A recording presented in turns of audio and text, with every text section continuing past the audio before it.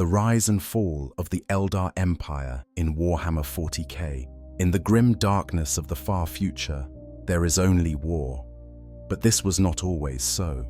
Once, millions of years before the Imperium of man took its first stumbling steps across the stars, another civilization dominated the galaxy. They were not human. They were something far older, far more powerful, and far more tragic. They were the Eldar, and their empire stretched across the width and breadth of known space, like a jeweled net cast across the heavens. This is the story of their rise from the ashes of the war in heaven, their ascension to unmatched glory, and their catastrophic fall from grace. It is a tale of hubris and excess, of power without wisdom, and of a civilization that reached for godhood only to birth its own damnation. The echoes of their failure still reverberate through the galaxy in the 41st millennium, a stark warning that even the mightiest can fall when they lose sight of restraint and responsibility. The Eldar Empire was not merely powerful, it was transcendent. At its height, it commanded technology that seemed more like magic than science, wielded psychic abilities that could reshape reality itself, and possessed knowledge that has since been lost to the ages. They were masters of the webway, an interdimensional network that allowed them to traverse the galaxy instantaneously. They created worlds of breathtaking beauty, terraformed planets with a thought, and commanded the very stars themselves. Other races looked upon them with a mixture of awe and fear, knowing that the Eldar stood far above all others in achievement and power. Yet for all their magnificence, the Eldar carried within themselves the seeds of their own destruction. Their minds, so much sharper and more intense than those of lesser races, proved to be both their greatest gift and their ultimate curse. The very psychic abilities that made them powerful also made them vulnerable to dangers they could not foresee.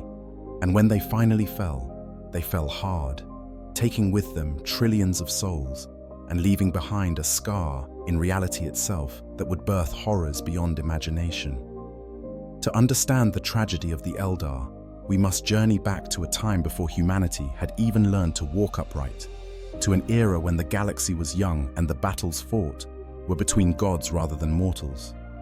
We must witness the birth of a race designed for war, their evolution into artists and dreamers, and their slow descent into the abyss of their own making.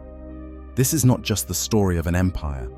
It is the story of what happens when a civilization loses its purpose, when comfort becomes corruption, and when the pursuit of sensation becomes the only meaning left in existence. The fall of the Eldar Empire stands as one of the most significant events in the entire history of Warhammer 40,000. It shaped the galaxy as we know it today, created one of the 4 major chaos gods, and set the stage for humanity's own rise to prominence. Without the fall, there would be no craftworlds sailing through the void, no dark Eldar lurking in Komorash's twisted spires, no harlequins dancing between the threads of fate.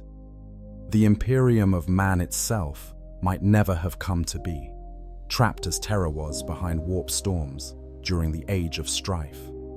So settle in as we explore this grand tragedy, from its origins in a war that nearly destroyed the galaxy itself, through millennia of unparalleled glory, and down into the darkness of excess and depravity that would ultimately consume the Eldar civilization. This is a story of beauty and horror, of triumph and tragedy, of a people who flew too close to the sun and were consumed by flames of their own kindling. This is the rise and fall of the Eldar Empire. Origins in fire. The war in heaven. Long before the Eldar Empire dominated the galaxy, long before their civilization had even begun, there was war. Not the petty conflicts between mortals squabbling over resources or territory, but a cosmic conflict of such magnitude that it makes even the Horus heresy look like a minor skirmish by comparison. This was the war in heaven, a cataclysmic struggle between godlike beings that would reshape the entire galaxy and determine the fate of countless races yet to come. The war in heaven was fought between 3 primary factions: each possessing power that modern civilizations can scarcely comprehend. On one side stood the Old Ones, ancient beings who had mastered the secrets of the warp and the fundamental forces of the universe itself. They were the first to traverse the stars, the first to understand the relationship between the Materium and the Immaterium, and they wielded powers of creation that allowed them to shape life itself according to their designs. The Old Ones were patient, wise, and possessed knowledge that would be considered miraculous, even by the standards of the Dark Age of technology. Opposing them were the Necrontyr, a race of short-lived beings plagued by radiation from their dying sun. Despite their brief lifespans, the Necrontyr had developed technology of staggering sophistication, and they burned with resentment toward the Old Ones, who seemed to possess the immortality they so desperately craved. When the Old Ones refused to share the secrets of eternal life, the Necrontyr declared war, a decision that would doom them to a fate worse than the mortality they feared. In desperation, they made a terrible bargain with beings known as the Satan, star gods of immense power who fed upon the life essence of entire suns. The Satan offered the Necrontyr the immortality they sought, but at a terrible price. Through a process called biotransference, the Necrontyr were transformed into the Necrons, their souls stripped away, and their consciousness transferred into bodies of living metal. They became immortal, yes, but they also became slaves to the Satan, their individuality and emotions largely erased in the process. As the Necrons, they became an unstoppable force of destruction, sweeping across the galaxy with technology that could shatter planets and extinguish stars. The Old Ones found themselves facing extinction. Despite their mastery of the warp and their advanced understanding of the universe, they were not warriors by nature, and the Necrons, backed by the reality-warping powers of the Satan, proved to be a terrifying foe. The war raged across millions of years, with battles fought on scales that defy comprehension. Entire star systems were obliterated.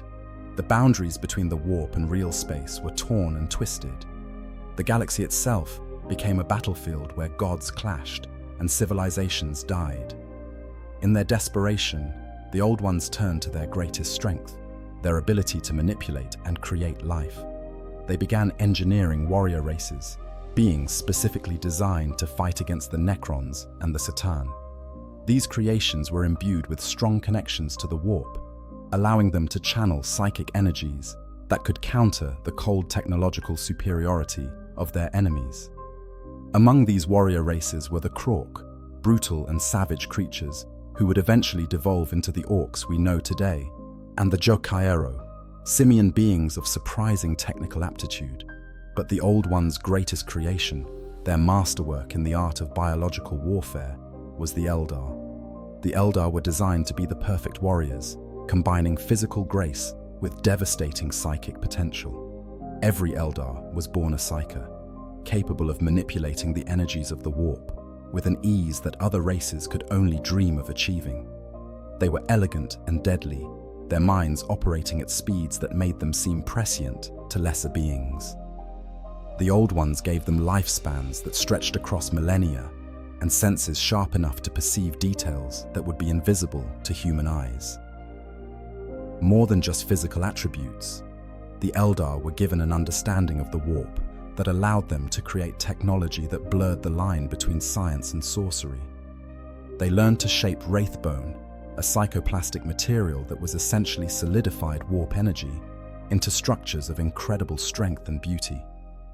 They were taught the secrets of the webway, the labyrinthine network of tunnels that the Old Ones had created to traverse the galaxy safely, avoiding the dangers of direct warp travel.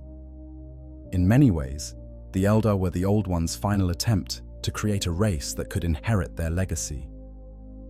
The introduction of these psychically potent warrior races began to turn the tide of the war in heaven. The Eldar, fighting alongside the Krork and other creations of the Old Ones, proved capable of standing against the Necrons in ways that had previously seemed impossible. Their psychic abilities allowed them to strike at the Necrons in ways that pure technology could not defend against. They became a plague upon the star-spanning empire of the Satanan, their undying servants, driving them back system by system. But victory, when it came, was Pyrrhic at best. The violence of the war in heaven had done irreparable damage to the fabric of reality itself.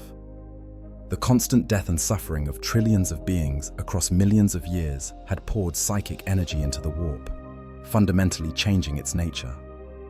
Where once the Imperium had been relatively calm, now it roiled with the emotions of dying civilizations. The first stirrings of what would eventually become the Chaos Gods began to coalesce from this sea of suffering and rage. The war also spawned another threat entirely: the Enslavers. These warp entities emerged from the tiers between reality and the Imperium, possessing sentient beings and using them as anchors to manifest in real space. They swept across the galaxy like a plague, consuming psychers and non-psychers alike. Even the mighty Old Ones fell before this onslaught, their civilization finally crumbling after surviving the worst that the Necrons and Satan could throw at them.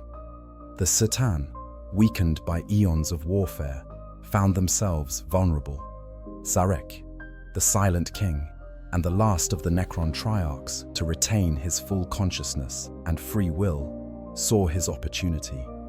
He led a rebellion against the star gods, shattering them into countless shards and imprisoning these fragments in tesseract labyrinths.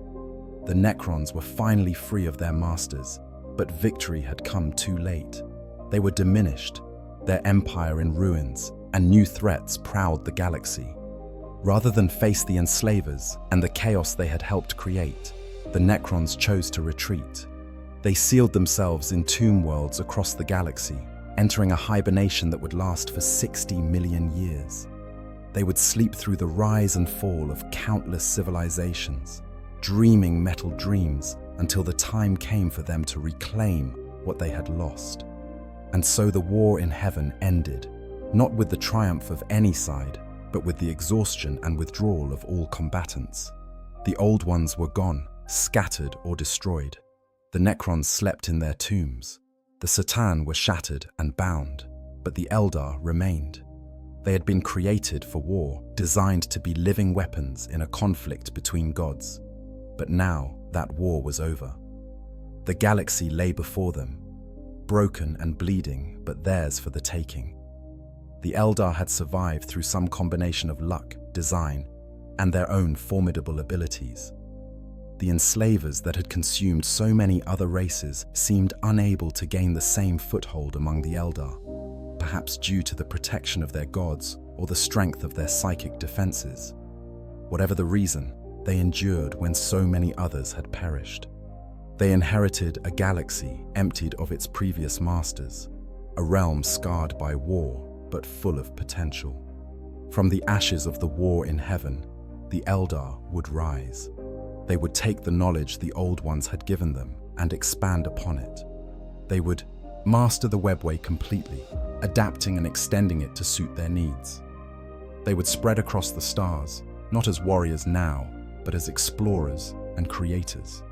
The race that had been forged in the fires of the greatest war the galaxy had ever seen would become the architects of the most beautiful and terrible empire the Milky Way would ever witness. But they could never fully escape their origins. The intensity of emotion and sensation that made them such effective warriors, the psychic abilities that allowed them to reshape reality, the connection to the warp that ran through every fiber of their being, these gifts would eventually become curses. The Eldar were powerful, perhaps more powerful than any race had a right to be. But power without wisdom is a dangerous thing. And wisdom, as the Eldar would eventually learn, is often only gained through terrible loss. The stage was set. The players were in place. The war in heaven had ended, and the age of the Eldar Empire was about to begin. The Golden Age, empire at its zenith. In the millions of years that followed the war in heaven, the Eldar transformed from a warrior race into something far grander. They inherited the mantle of galactic dominance from the Old Ones, and with it came a period of unprecedented prosperity and achievement. The Eldar Empire at its height was a civilization of such magnificence that even the Imperium of man at the peak of the Great Crusade would have seemed crude by comparison. This was their golden age, an era that would last for millions of years, when the Eldar stood unchallenged and created wonders that have never been matched since. The scope of the Eldar Empire is difficult for modern minds to truly grasp. Ancient records, fragmentary and unreliable as they are, speak of an empire encompassing tens of thousands of worlds. Some sources claim even greater numbers, the Empire of 10 million suns, as it was sometimes called. Whatever the exact count, the reality is that Eldar civilization stretched across a significant portion of the galaxy. Their influence extended from the galactic core to the outer rim, touching star systems that humanity would not reach for millions of years to come. But mere numbers fail to capture the true nature of the Eldar Empire. This was not a scattered collection of colonies barely maintaining contact with one another, as human space has so often been. The Eldar had mastered the webway, the labyrinthine network of tunnels through the warp that the Old Ones had originally created. They expanded and refined this network, adding their own artistry and improvements until it became a galaxy-spanning transportation system that put all other means of travel to shame. The webway allowed the Eldar to move between their worlds instantaneously, traveling vast distances in moments without ever exposing themselves to the raw chaos of the warp. Imagine being able to step from one side of the galaxy to the other as easily as walking through a doorway, and you begin to understand the advantage this gave them. There was no need for the dangerous, unpredictable warp travel that would later plague humanity. No risk of ships being lost in the Imperium or emerging centuries later than they intended. The webway made the entire Eldar Empire as accessible as a single planet, binding their civilization together in ways that other races could only envy. Within the webway itself, the Eldar constructed entire cities and realms. These pocket dimensions, existing between real space and the warp, became centers of trade and culture. The greatest of these was Komorrah, a city-port of staggering size and complexity that served as a hub for travelers moving between the far-flung worlds of the Empire. Komorrah in those days was a place of light and beauty, very different from the dark nightmare it would become after the fall. It was here that merchants and artists from across the Empire would gather, exchanging goods and ideas, creating a cosmopolitan center of Eldar civilization. The worlds the Eldar settled were transformed into paradises. They did not simply colonize planets as they found them, but actively reshaped them according to their vision of beauty and harmony. Using their psychic abilities and their mastery of Wraithbone technology, they could accelerate the terraforming process that would take other races thousands of years. They seeded lifeless rocks with bacteria that would gradually transform atmospheres and ecosystems. They moved stars themselves when it suited their purposes, arranging systems to be more aesthetically pleasing or practical. These paradise worlds were places of stunning natural beauty, enhanced and guided by Eldar artistry rather than dominated by it. Crystalline cities of Wraithbone grew organically from the landscape, their flowing lines and elegant spires looking more like sculptures than buildings. Gardens stretched for hundreds of miles, filled with flora and fauna from across the galaxy, all carefully curated to create environments of perfect harmony. The climate on these worlds was controlled to remain perpetually ideal, with gentle rains and warm sunshine in perfect balance. But the true glory of the Eldar Empire lay not in its physical achievements, but in its mastery of psychic and technological arts. The Eldar were all psykers, every one of them born with abilities that would have marked them as powerful witches or sorcerers in any other race. This universal psychic gift meant that their entire civilization operated on principles that would seem like magic to outside observers. Their technology was not purely mechanical, but psycho-reactive, responding to thought and intention as much as to physical manipulation. Wraithbone was the foundation of Eldar technology, and it exemplified their unique approach to engineering. This material was not mined or manufactured in the traditional sense, but grown from psychic energy itself, shaped by specialists called bone singers who could coax it into any form they desired. Wraithbone was stronger than adamantium, more flexible than plasteel, and it had the remarkable property of being able to self-repair when damaged. More importantly, it conducted psychic energy the way metal conducts electricity, allowing it to serve as both structure and circuitry in Eldar constructions. With Wraithbone, the Eldar created ships that were more like living organisms than vessels. These ships responded to their pilots' thoughts, their systems integrating seamlessly with the crew's psychic presence. Weapon systems could be controlled with barely a conscious thought.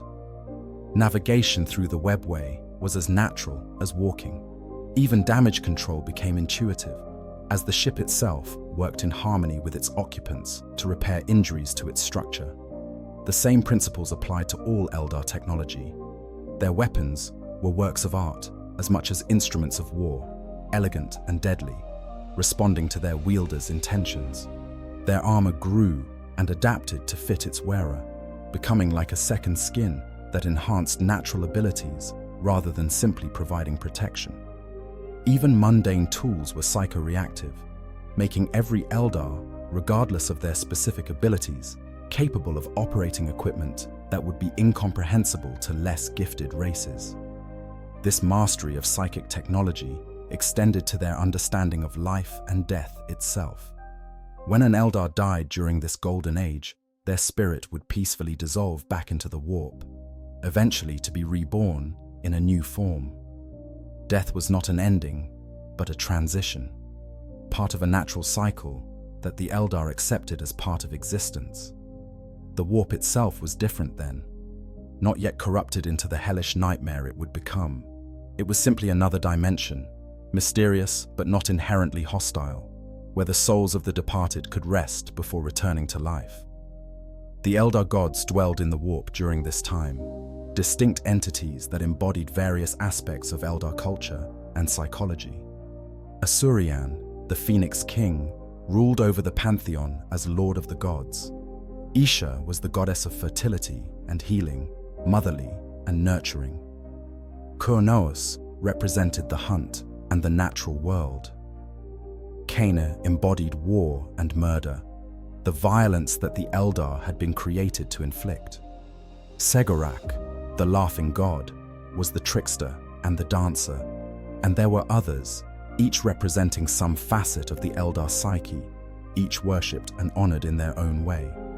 The relationship between the Eldar and other races during this period is less well documented, but what records exist paint a picture of benign contempt.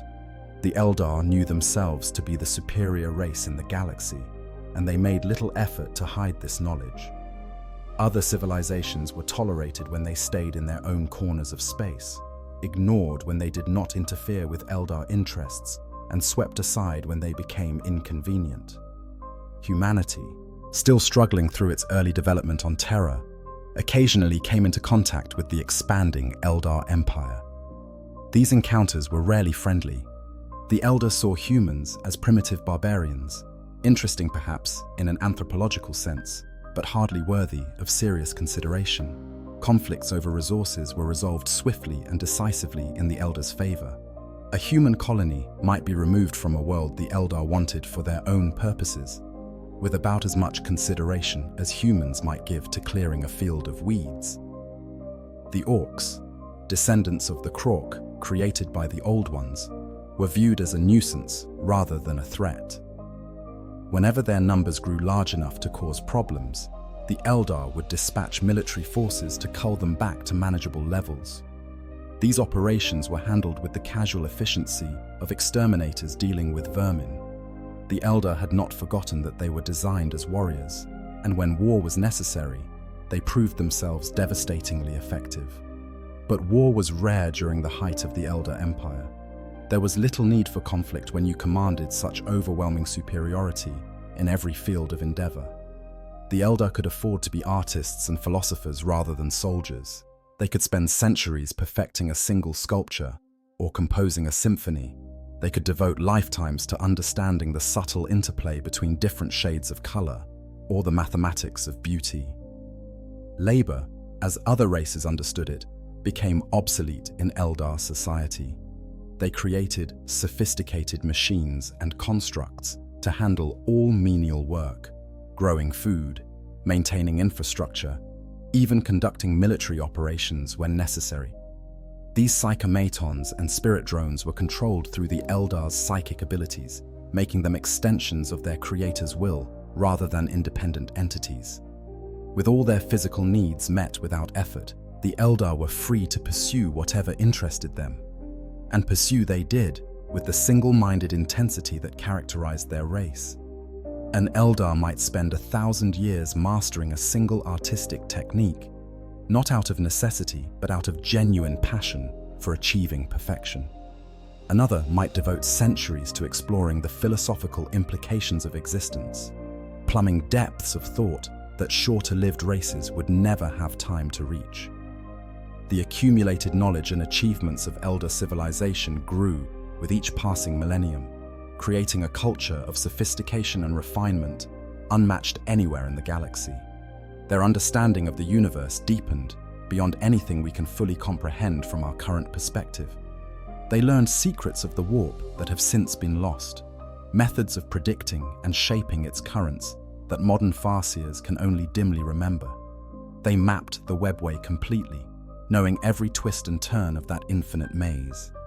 They studied the nature of time itself, peering into possible futures and occasionally even adjusting events in the present to bring about desired outcomes. The Eldar of this golden age believed, with substantial justification, that they were the pinnacle of civilization. They saw themselves as the natural inheritors of the Old One's legacy, the rightful masters of the galaxy. Why shouldn't they believe this? They had no equals. The Necrons slept in their tombs, the Satan were shattered and bound, the Old Ones were gone. Every other race in the galaxy was demonstrably inferior in every measurable way. The Eldar stood alone at the summit of achievement, looking down on a galaxy that offered them no challenges and no limits. This sense of superiority, this absolute confidence in their own supremacy, should have been a warning sign. History, even in the grim darkness of the far future, has shown repeatedly that pride comes before the fall. But the Eldar could not see it. How could they? They had been masters of the galaxy for millions of years. They had shaped it according to their will, creating beauty wherever they went. Their empire had endured longer than most races' entire existence. They seemed eternal, untouchable, invincible. But nothing lasts forever. Not even the Eldar Empire. The seeds of corruption were already being planted, invisible but insidious. The very lack of challenge that made their civilization so glorious also robbed it of purpose. The comfort and security they had created would become a prison, and their greatest strength, their intense emotional nature, their deep capacity for sensation and feeling, would eventually become the weapon that destroyed them. The Golden Age would not last. It could not last. But for millions of years, it seemed as though it might, as though the Eldar had finally achieved something truly eternal. They had reached the pinnacle of civilization, and from that height, there was nowhere to go but down. The seeds of corruption. Every great tragedy has a beginning, a point where things begin to go wrong, even if no one notices at first. For the Eldar Empire, that beginning was subtle, almost invisible. It did not come from external threat or internal strife. It came from success itself, from the very achievements that had made their civilization so glorious. The Eldar had solved all the fundamental problems of existence: scarcity, labor, mortality, and in doing so, they had unwittingly removed the constraints that had given their lives meaning and purpose. Consider what it means to live in a society where every material need is met without effort. The Eldar had created machines and constructs that handled all necessary work. Food appeared whenever it was wanted, grown and prepared by automated systems. Buildings maintained themselves. guided by the psychic circuits running through their wraithbone structures. Even defense was largely automated, with psychic drones and war constructs standing ready to deal with the rare occasions when force was needed. For shorter-lived races, this might have been paradise, but the Eldar lived for thousands of years, some for tens of thousands.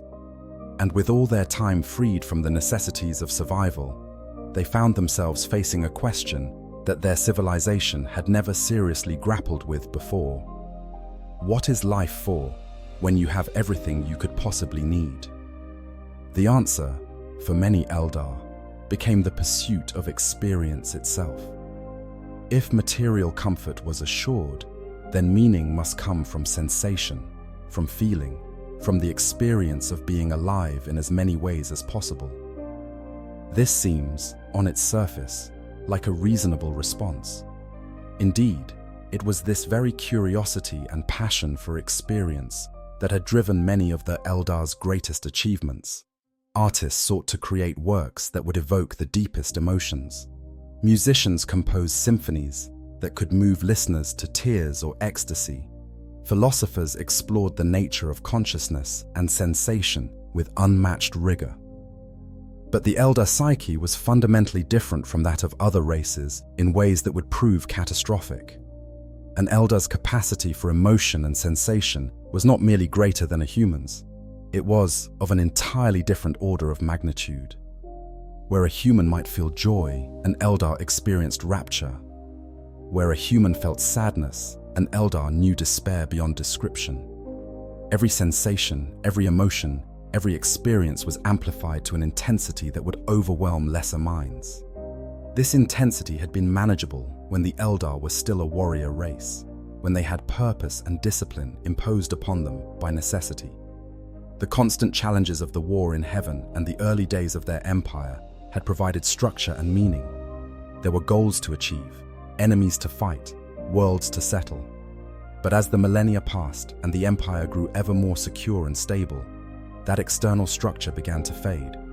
The Eldar found themselves with infinite time and unlimited resources, and minds capable of experiencing sensation at an intensity that could become addictive. The comparison to drug addiction is not merely metaphorical. It captures something essential about what began to happen to Eldar society. Just as a drug addict requires ever-increasing doses to achieve the same high, the Eldar found that experiences which once satisfied them began to pale with repetition. An artist who had spent 1,000 years perfecting their craft might find that even their greatest works no longer stirred the depths of emotion they once had. A musician might discover that even the most beautiful symphony became mundane after the 100th performance. The very intensity of their nature meant that they built up a kind of tolerance to experience, needing ever greater stimulation to achieve the same sense of satisfaction. At first, this manifested in harmless or even beneficial ways. Eldar pushed the boundaries of their arts, seeking new forms of expression that had never been attempted before.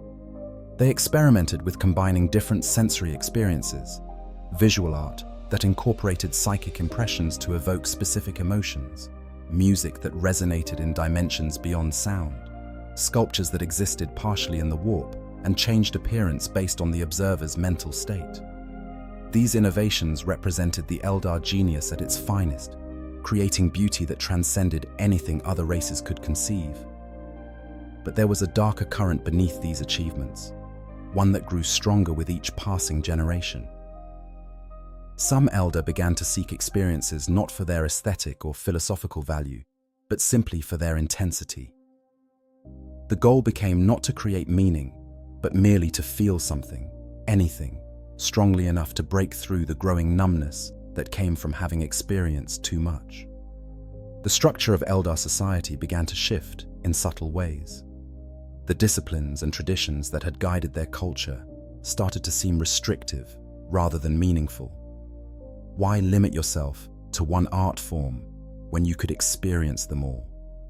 Why adhere to ancient philosophies of balance and moderation when such teachings seemed designed for lesser beings who couldn't handle the full spectrum of experience? The Eldar were superior, after all. Surely they could explore sensations and emotions that would destroy lesser races without suffering similar consequences. This thinking was reinforced by the evidence all around them. The Eldar had been masters of the galaxy for millions of years. Nothing had been able to threaten them in all that time. The Necrons remained asleep. The Orcs were scattered and weak. Humanity was barely sapient. What could possibly harm the mighty Eldar Empire? They seemed invincible, eternal, beyond the reach of any force in the material universe. The arrogance that had always been a part of Eldar culture, the knowledge of their own superiority that had been earned through their achievements, began to metastasize into something more dangerous. They stopped seeing other races as merely inferior and began viewing them as essentially irrelevant. Human colonies might be displaced or destroyed without the Eldar even considering that they were dealing with sentient beings whose lives had value. Orcs were exterminated like vermin, with about as much moral consideration. The idea that these barbarian races might have rights or deserve ethical treatment simply never occurred to most Eldar. More troubling was the growing dismissal of potential dangers from the warp. The Eldar knew about the Imperium, of course. They were intimately connected to it, using its energies for their technology and drawing power from it for their psychic abilities. But they viewed the warp through the lens of their own experience. When an Eldar died, their spirit dissolved peacefully back into the Imperium. Their gods dwelt there, distinct entities who had been born from Eldar consciousness but maintained their own identities. What reason was there to fear the warp? This casual attitude toward the dangers of the Imperium represented a fatal blind spot. The Eldar understood the warp as a tool, as a dimension they had mastered and controlled. They did not fully appreciate that the warp was reactive, that it responded to and was shaped by the psychic emanations of sentient beings. Or perhaps they understood this intellectually, but failed to grasp the implications. After all, the warp had always been stable during their experience. The roiling chaos that had characterized the end of the war in heaven had settled into relative calm over the millions of years of Eldar dominance. What the Eldar failed to recognize was that their own nature made them uniquely dangerous to themselves. Their intense psychic presence meant that their emotions and sensations created powerful ripples in the warp. A human feeling, anger, might create a tiny perturbation in the Imperium, a brief flicker that dissipated almost immediately. An Eldar feeling that same emotion would create a psychic tsunami, a wave of energy that reverberated through the warp with tremendous force. For millions of years, this had not been a problem. The emotions that predominated in Eldar society during their golden age, curiosity, aesthetic appreciation, philosophical contemplation, were not particularly dangerous. They created patterns in the warp that were complex and beautiful, but not inherently harmful. But as Eldar society began to shift, as their pursuit of sensation began to take on a different character, the nature of their psychic emanations began to change as well. The first signs were so subtle that few noticed them, and those who did often dismissed them as aberrations or isolated incidents. Farseers, the Eldar's most powerful psychers and diviners, began to report disturbing visions when they looked into possible futures. They saw shadows in the warp, something vast and hungry stirring in the depths of the Imperium.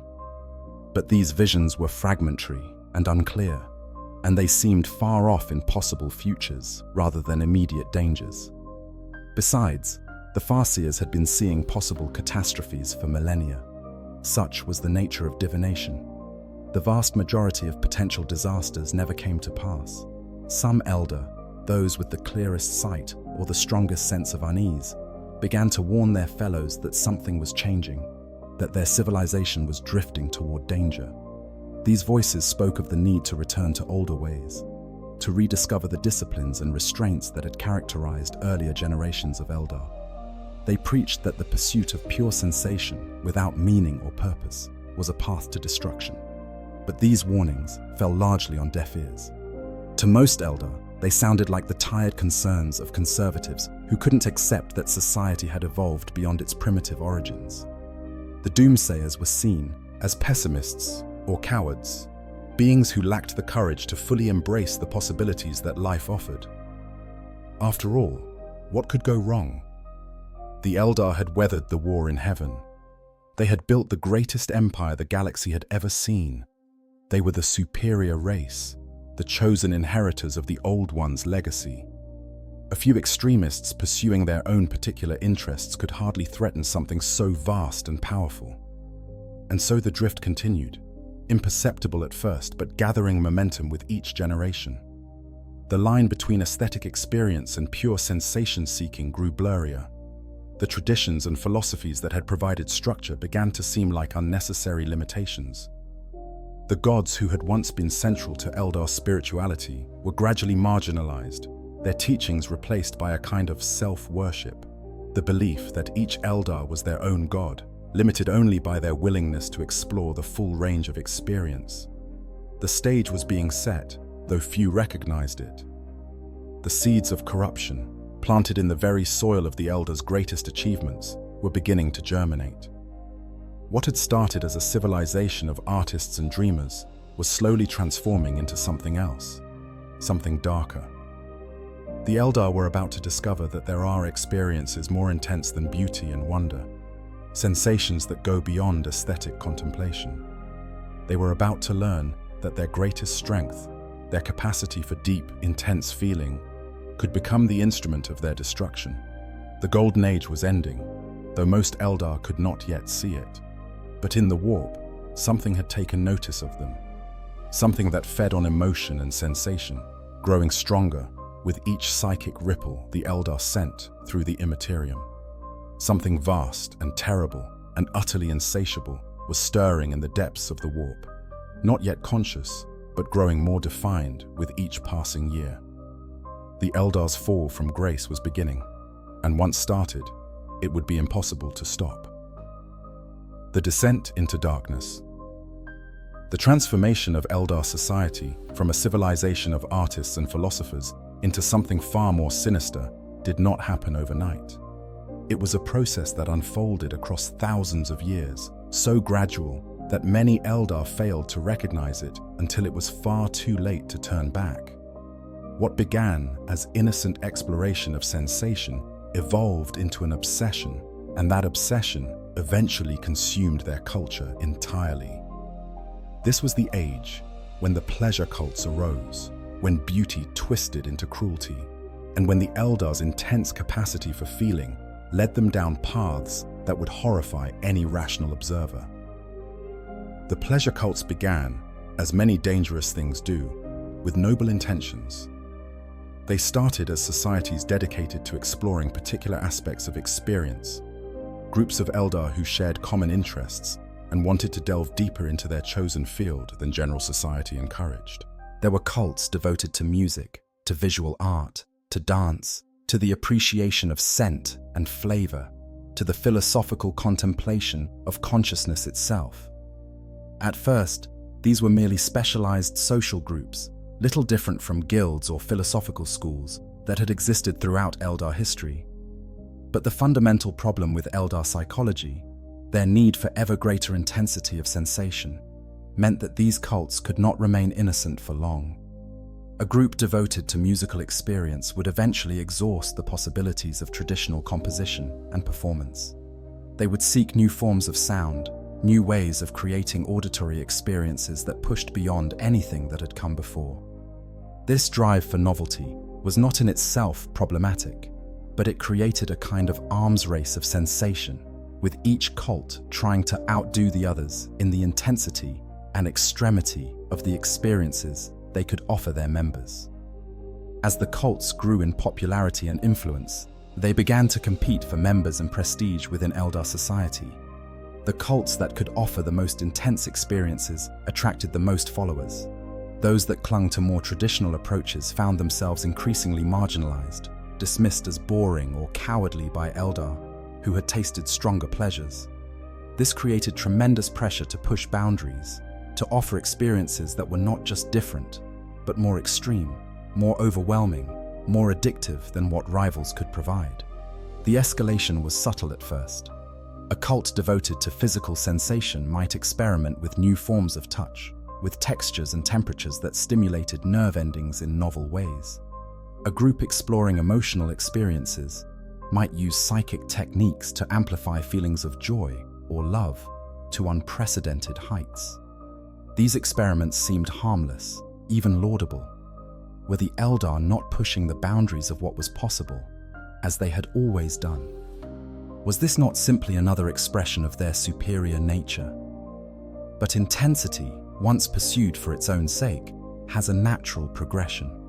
Joy, no matter how amplified, eventually becomes familiar.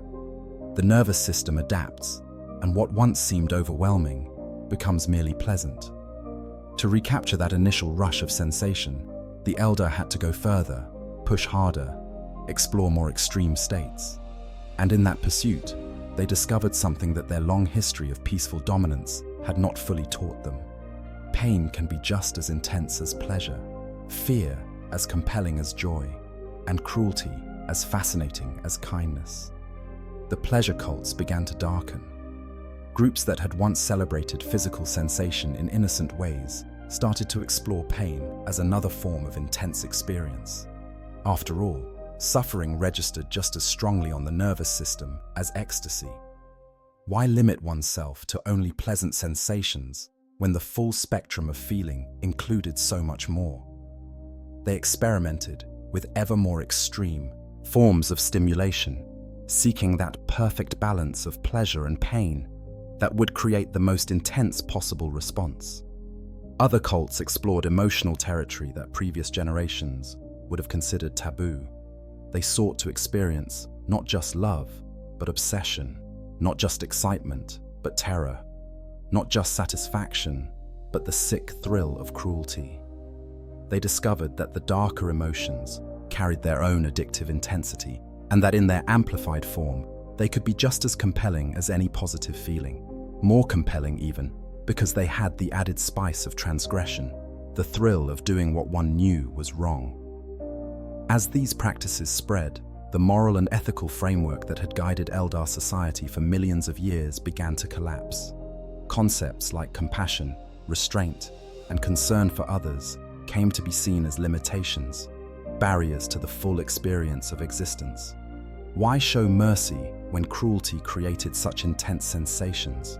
Why exercise self-control when unbridled indulgence felt so much more alive? The very idea of moderation became a joke, something for lesser races who lacked the capacity to truly embrace all that life offered. The geographical spread of this corruption was not uniform. The core worlds of the Eldar Empire, where population was most concentrated and where the traditional structures of society had eroded most completely, fell into decadence first. Here, the pleasure cults flourished without restraint, competing ever more openly for followers and pushing ever darker boundaries. The streets of once beautiful cities became stages for displays that would have been considered horrifying in earlier times, but were now celebrated as bold exploration of experience. Public spaces that had once been used for art exhibitions and philosophical discussions were repurposed for the cult's ceremonies. These events, which began as performances and rituals, grew increasingly wild and violent. Eldar preyed upon one another in elaborate games of domination and submission. They competed to create the most extreme spectacles, the most shocking violations of old taboos. What had been sacred became profane. What had been private became public. All boundaries dissolved in the pursuit of sensation. Komarach, that great city within the webway, that had once been a hub of legitimate trade and culture, became the ultimate haven for the pleasure cults. Here, isolated from normal space and shielded from the eyes of those who might still disapprove, the most extreme practitioners of hedonism gathered. The city that had represented the best of Eldar civilization became a dark reflection of its descent. a place where no desire was forbidden and no cruelty too extreme. The transformation of Camorra deserves particular attention, for it would later become the refuge of those who chose to continue these dark practices even after the fall. What had been a shining example of Eldar engineering and culture became a labyrinth of pain and pleasure, where fortunes were made through the exploitation of others' suffering. Arenas were built for blood sports. Districts arose that catered to every conceivable vice. The light and beauty that had characterized the city gave way to shadows and twisted architecture that seemed to embody the corruption spreading through Eldar culture. But not all Eldar embraced this descent. As the pleasure cults grew in power and influence, others watched in horror at what their civilization was becoming. These dissenters represented different responses to the growing crisis, and their choices would determine who would survive the catastrophe that was approaching. The first to flee were those who would become known as the Exodites. These Eldar saw the writing on the wall long before most of their kin. They recognized that the pursuit of ever greater sensation was not sustainable, that it would eventually lead to disaster. Rather than try to reform a society that seemed determined to destroy itself, they made the painful choice to leave everything they knew behind. They gathered their followers and departed for the edges of the galaxy, seeking primitive worlds far from the Empire's core where they could start anew. The Exodites deliberately rejected the comfortable, technology-dependent lifestyle that had enabled the pleasure cults to flourish. They settled on virgin worlds, maiden worlds, as they called them, and embraced a harsh, agrarian existence. They lived close to the land, working with their hands, facing real challenges and dangers that gave life meaning beyond pure sensation. It was a hard choice, abandoning the accumulated sophistication of millions of years of civilization to become essentially primitive again. But they saw it as necessary, the only way to preserve their souls and their sanity. Those who remained in the heart of the Empire but still resisted the corruption took a different approach. These Eldar, who would eventually become the craft world Eldari or Asuryani, believed that the problem was not Eldar civilization itself, but the loss of discipline and purpose that came with too much comfort. They began to warn of impending doom, their farseers reporting ever more disturbing visions of what was coming. They spoke of a great catastrophe, a moment when the accumulated consequences of their race's actions would come due. These warnings were met with mockery and hostility. The pleasure cults had no interest in tales of doom from pessimistic seers. They were too caught up in their own pursuits to worry about hypothetical future consequences. Besides, the visions were vague, contradictory, impossible to pin down. Every generation of farseers saw potential disasters that never materialized. Why should this be any different? But a few listened. A few recognized that the seers spoke truth, even if the exact nature of the coming catastrophe remained unclear. These Eldar began to make preparations, subtle at first, but growing more urgent as the visions intensified. They gathered resources and followers. They took the massive trade ships that had once plied routes between Eldar worlds and began converting them into something else. Not just vessels, but entire self-contained communities. These craft worlds, as they would come to be called, were designed to be mobile worlds, capable of supporting their populations indefinitely as they sailed through the void. The construction and departure of the craft worlds was not a single event, but a process that unfolded over thousands of years. One by one, these massive ships left the core worlds of the Empire, carrying Eldar who had chosen to flee rather than participate in the madness that had consumed their civilization. They were called cowards by those who remained, mocked as weaklings who couldn't handle the full intensity of what it meant to be Eldar. But they persisted, driven by the certain knowledge that something terrible was coming. Meanwhile, in the heart of the Empire, things continued to spiral out of control. The pleasure cults had moved beyond mere sensual excess into territory that could only be described as outright evil. Murder became an art form, with practitioners competing to devise ever more elaborate and cruel ways to end life. torture was refined to a high science, with cultists studying the limits of what Eldar physiology could endure before death finally came as a release. Entire families were destroyed in blood feuds that had started as games, but escalated beyond all reason. The violence was not random, but calculated, pursued with the same intensity and dedication that earlier generations had applied to art or philosophy. Eldar studied suffering the way their ancestors had studied beauty, seeking to understand its parameters and push its boundaries. They became experts in causing pain, in prolonging agony, in creating experiences of such intense negativity that they eclipsed everything else. And through it all, they felt alive in a way that nothing else could make them feel. Even the Eldar's own children were not safe from the depravity that had consumed their civilization. Some cults incorporated child sacrifice into their rituals, justifying it as necessary to achieve certain transcendent states of experience. The moral horror of such acts was dismissed as the squeamishness of lesser beings. After all, in Eldar belief, death was not final. The spirits would be reborn. What did it matter if some were sent back to the warp earlier than others? The intensity of the experience was what mattered, not bourgeois concerns about morality or compassion. And all the while, the warp was changing. Every act of cruelty, every moment of suffering, every instant of dark pleasure sent psychic ripples through the Imperium. The Eldar's intense psychic presence meant that these emanations were not minor perturbations, but major events in the geography of the warp.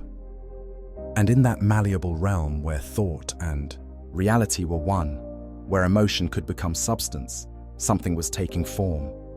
The entity had no name yet, no clear consciousness, but it was growing, fed by the psychic energy of billions of Eldar pursuing sensation without restraint. It swelled in the depths of the warp, like a tumor in the fabric of reality. It was not yet a god, not quite, but it was becoming one. With each passing year, each passing day, it grew more defined, more powerful, more hungry. And its hunger was specifically attuned to one thing: the souls of the Eldar who were birthing it into existence. The Farseers could see it now in their visions with terrible clarity. The fragmentary glimpses of earlier years had coalesced into a nightmare of apocalyptic proportions. They saw the future rushing toward them, a moment of catastrophic birth, a psychic scream that would tear reality itself, a hunger that would consume trillions. They tried to warn their people, tried to make them understand the danger, but it was too late. The momentum was unstoppable now. The Eldar civilization had traveled too far down the dark path to turn back. The final years before the fall must have been a special kind of hell for those Eldar who retained their sanity and moral sense. They could see exactly what was coming, but were powerless to prevent it. They could only watch as their civilization raced toward its own destruction, driven by addiction to sensation that had become more important than life itself. All they could do was flee, abandoning the core worlds to their fate, and hope that they could get far enough away before the end came. The pleasure cults, oblivious or uncaring about the warnings, continued their descent. If anything, the apocalyptic prophecies only spurred them to greater extremes. If the end was truly coming, they reasoned, then why not experience absolutely everything before it arrived? They threw themselves into their pursuits with redoubled fervor, creating ever more elaborate and horrifying spectacles. The streets of the core worlds ran with blood. The air itself seemed to thicken with the psychic weight of so much suffering and ecstasy intertwined. And in the warp, in the depths where no light from the material universe could reach, the thing that would become Slaanesh stirred. It was almost ready, almost conscious, almost born.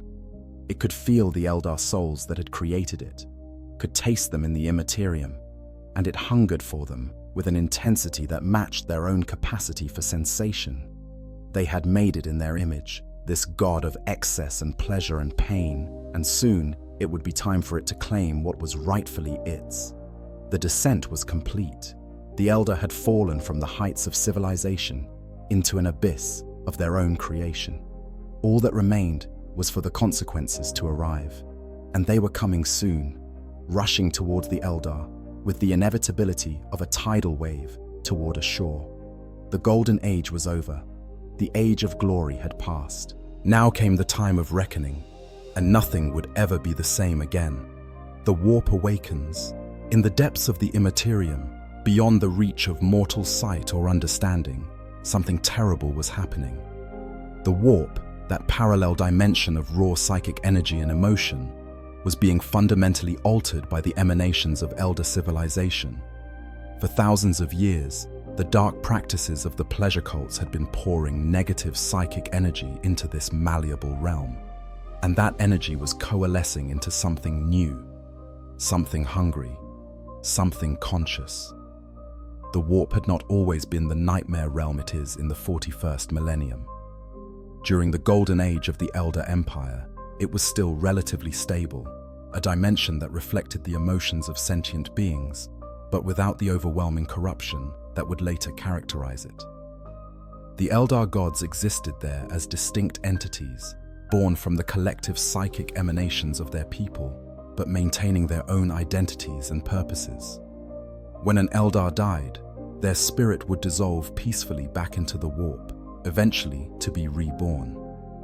The Imperium was mysterious and powerful, certainly, but not inherently hostile. This began to change as Eldar society fell deeper into decadence. The problem was not simply that the Eldar were engaging in dark practices. Many races throughout the galaxy's history had done terrible things without birthing chaos gods.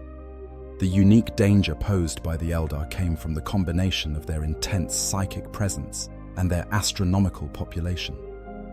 There were billions upon billions of Eldar spread across thousands of worlds, and every single one of them was a powerful psyker whose emotions created massive ripples in the warp.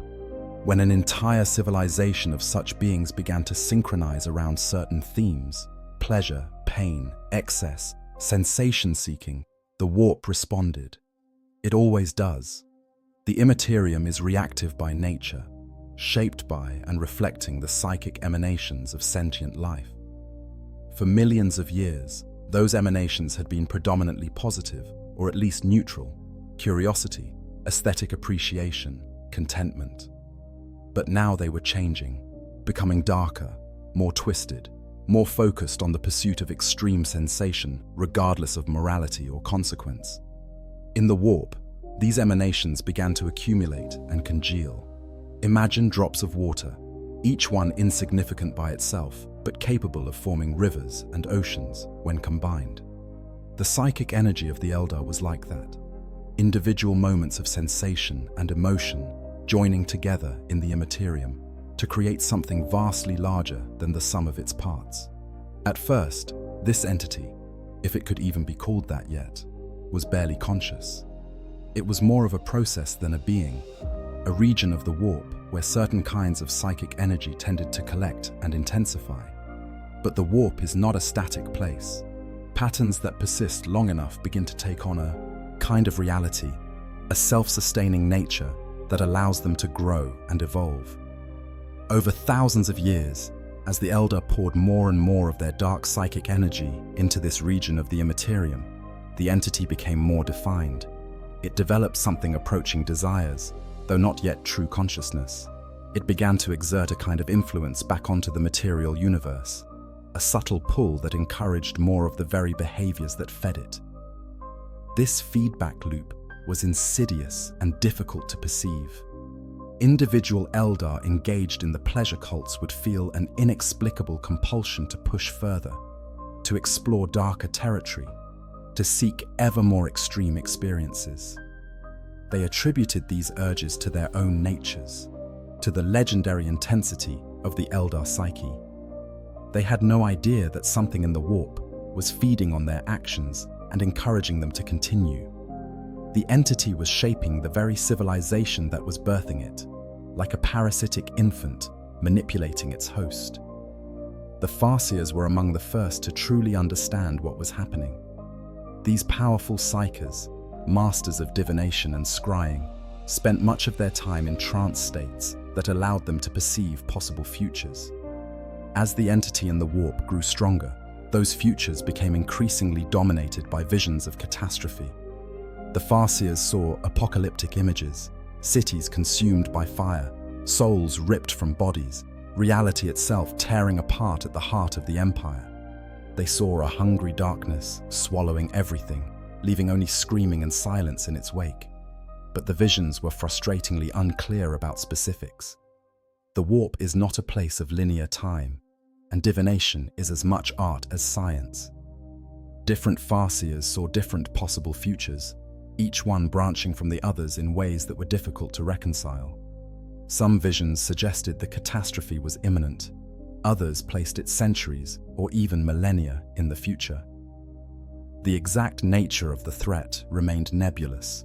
Something was growing in the warp, something terrible. But what exactly it was and how it would manifest remained uncertain. This uncertainty made it difficult to convince others of the danger. When the Farseers tried to warn the general Eldar population, they were met with skepticism or outright hostility. The pleasure cults, now wielding enormous influence in Eldar society, had no interest in prophecies of doom that would require them to change their ways. They dismissed the Farseers as alarmists or madmen, seeing their warnings as attempts to control others through fear. Besides, the Farseers had been predicting potential disasters for millennia. Most of those disasters never came to pass. Why should this be any different? Even among the Farseers themselves, there was disagreement about how to respond. Some advocated for immediate and dramatic action, perhaps even forcibly suppressing the pleasure cults and returning Eldar society to the disciplines of earlier ages. Others counseled caution, warning that such heavy-handed measures might trigger the very catastrophe they sought to prevent. The difficulty of interpreting visions that came from a dimension where time was fluid and possibility infinite made consensus impossible. As the thousands of years passed, the visions grew clearer and more urgent. The Farseers could now perceive details that had been obscure before. They saw a moment of birth, a psychic scream of such magnitude that it would tear holes in reality itself. They saw the heart of the Eldar Empire consumed, countless worlds vanishing into a wound in space that bled the raw stuff of chaos. They saw their own gods being devoured by something vast and terrible. And they saw the aftermath. A galaxy forever changed, with the Eldar reduced to scattered remnants fleeing for their lives. The entity was nearing consciousness. After thousands of years of gestation, fed by the cumulative psychic energy of billions of Eldar pursuing sensation without restraint, it was almost ready to be born. In the warp, it had grown to tremendous size and power, a concentration of excess and hedonism and cruelty that dwarfed anything that had existed in the Imperium before. It was becoming a god. Not in the metaphorical sense, but in the most literal way possible.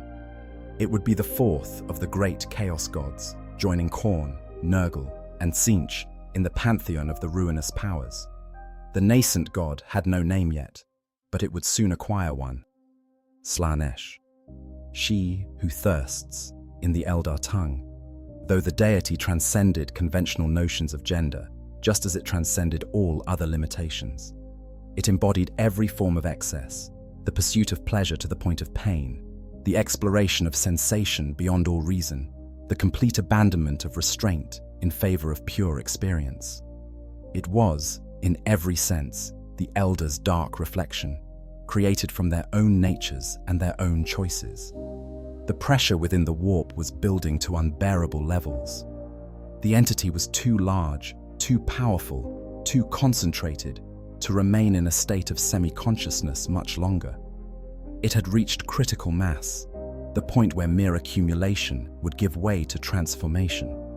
Soon, very soon, it would achieve true awareness, and in that moment of awakening, it would do what all newborns do. It would scream. But this would not be the cry of a human infant, barely audible beyond the room where it was born. This would be a psychic howl that would echo across the entire galaxy, a birth scream of such magnitude that it would shatter the boundaries between the warp and real space in the heart of the Eldar Empire. The entity's first conscious act would be to feed, and it had already identified its prey. The Eldar souls that had created it, with their intense psychic presence and their delicious corruption, would be its first meal. It would devour them by the trillion, drinking deep of the very souls that had given it life. So, final years before the fall must have been a strange and terrible time for those Eldar who understood what was coming. They could feel the pressure building in the warp, could sense the approaching catastrophe, like animals sensing an earthquake before the ground begins to shake. Sleep became difficult, haunted by dreams that were really glimpses of the nightmare taking form in the Imperium. Psychic phenomena became more common and more disturbing. Objects moving without physical cause, whispers heard in empty rooms, visions of shadows that moved against the light. The Farseers went into seclusion, spending ever more time in their trance states, desperately seeking some way to prevent or at least mitigate the coming disaster. But they found no answers, only confirmation that the end was near. The futures they scried were almost all the same now, converging on a single apocalyptic moment. The time of possibility was over. The catastrophe was no longer a potential future, but an approaching certainty. Those who had already fled to the craft worlds watched from a distance, their massive ships sailing through the void, far from the Empire's core. They could not see what was happening in the warp directly, but they could feel it. A gathering storm, a pressure building toward release. They drove their craft worlds faster, putting as much distance as possible between themselves and the doomed worlds of the Empire's heart. They knew that proximity would mean death when the end came, that the psychic shockwave would sweep outward from the Empire's core, like the blast wave from a dying star. The Exodites, on their distant maiden worlds, were perhaps the safest of all Eldar. They had fled earliest and gone furthest, putting light years between themselves and the corruption that consumed their civilization. They had built new lives, hard and simple lives, without the technology and comfort that had enabled the pleasure cults to flourish. When they looked to the stars on clear nights, they could not see the empire they had left behind, and they were grateful for that distance. But the majority of Eldar, those who had embraced the pleasure cults or simply failed to recognize the danger, remained in the Empire's core worlds. They went about their pursuits, oblivious or uncaring about the warnings, driven by addiction to sensation that had become the only thing that mattered to them. If they felt the pressure building in the warp, they interpreted it as excitement, as a sign that something amazing was about to happen. They were right, in a terrible way. Something amazing was indeed about to happen. In Komorrah, deep within the webway, the most extreme of the pleasure cults continued their practices in isolation from normal space. They believed themselves safe, protected by the very dimensional barriers that made the webway possible. They would soon learn how wrong they were. The moment approached. In the warp, the entity that would become Slaanesh reached the final threshold of consciousness. The accumulated psychic energy of thousands of years of Eldar excess had given it form and substance and terrible power. It was ready to be born, ready to take its place among the Chaos Gods, ready to claim the souls that had created it. The warp itself seemed to hold its breath, the entire Imperium poised on the edge of transformation. And then, in a moment that would be recorded in Imperial chronology, as sometime around the year 30,000 of the Terran calendar, it happened. The entity achieved consciousness. Its eyes, if it could be said to have eyes, opened for the first time. It looked upon the galaxy and saw prey. It felt hunger, infinite and insatiable, and it screamed. The fall had begun. The fall, Slaanesh's birth. The moment of Slaanesh's birth was not a gradual thing, not a slow emergence from unconsciousness to awareness. It was sudden, violent, and catastrophic, beyond the ability of mortal minds to fully comprehend. One moment, the entity was a vast but still semi-conscious accumulation of psychic energy in the warp. The next, it was fully awake, fully aware, and ravenously hungry. That transition, That spark of true consciousness, igniting in something so massive and so suffused with power, sent shockwaves through reality itself. The psychic scream that marked Slaanesh's first moment of consciousness was like nothing the galaxy had experienced before or since. It was not sound in the conventional sense. You could not have heard it with human ears. It was a wave of pure psychic energy, emanating from the heart of what had been the Eldar Empire and rippling outward through the warp and into real space at speeds that made light seem slow by comparison. Every psyker in the galaxy, from the mightiest Eldar Farseer to the humblest human witch, felt it to some degree. Many of them died instantly, their minds shattered by the magnitude of the psychic force washing over them. For the Eldar, the effect was orders of magnitude worse. Their intense psychic presence, the very gift that had made them so powerful, now became their greatest vulnerability. When Slaanesh's birth scream swept through the galaxy, it struck the Eldar with its full, undiluted force. It was specifically attuned to them, shaped by their own natures, designed, if such a word can apply to something that was not consciously created, to resonate with Eldar souls. At the heart of the Eldar Empire, on the core worlds where the pleasure cults had been most active and the corruption most complete, the catastrophe was absolute and immediate. Billions of Eldar died in an instant, their souls ripped from their bodies with such force that many didn't even have time to realize what was happening. One moment they existed, the next they were gone, their consciousness torn away and dragged screaming into the warp where Slaanesh waited with open mouth. The souls of those who had given themselves most completely to the pleasure cults were consumed first and most eagerly. They had shaped Slaanesh with their own psychic energy, had poured themselves into creating this god of excess, and now they paid the price for that creation. They were devoured, not simply destroyed, but consumed in a way that meant true and final death. There would be no peaceful dissolution back into the warp, no eventual rebirth. They became part of Slaanesh, fuel for a god's terrible appetite. But even those Eldar who had resisted the corruption, who had tried to maintain the old ways and the old disciplines, were not spared. The psychic shockwave did not discriminate. It tore through the core worlds indiscriminately, claiming billions who had fought against the pleasure cults just as readily as it claimed those who had embraced them. The intensity of the Eldar's psychic presence meant that Slaanesh's attention was drawn to them all, regardless of their individual choices or moral character.